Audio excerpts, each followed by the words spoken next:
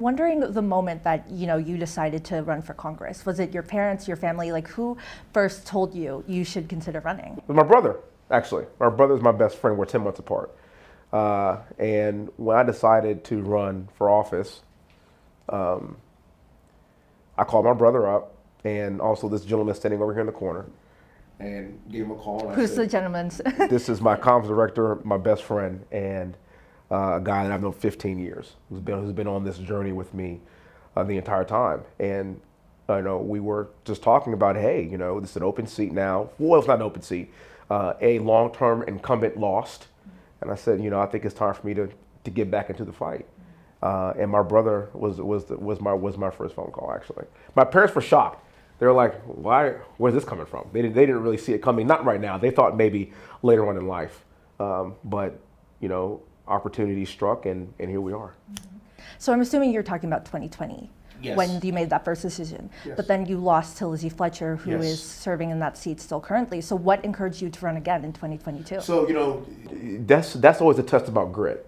You talk about grit, and losing that first election in 2020 was a real gut punch, because I don't lose much, and I don't like losing. Losing is terrible. But you learn a lot when you lose. You learn a lot about yourself. You learn a lot about, again, your grit and how bad do you want to do this and how bad do you want it. Now, when I lost, unbeknownst to me, every 10 years, we do a census in this country, and Texas got 2 new congressional districts. And it just so happened that one of them was drawn right in Harris County, where half of the district that I ran against Lizzie happened to be in. And so it just kind of made sense for me to get back into the saddle, get back to work, and get after that next election. It was a 9-person primary. We avoided a runoff, obviously, for a new seat, and then we ended up beating our Democratic opponent by almost 30 points. But one thing I like to talk about my district is this. It's a white majority district in a suburb of Houston, Texas.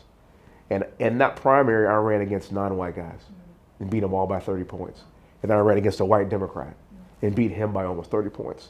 It's a district that President Trump would have won by about 25 points. So I always like to articulate that in a sense of, that's the Houston, Texas that I know and love. And I've been black for my entire life. And I'm here to tell you that my district is judging me not by the color of my skin, but by the content of my character. That's the America that I know. And if you ask a lot of people on the left, they think that guys like me don't exist, but we do. We're alive and well.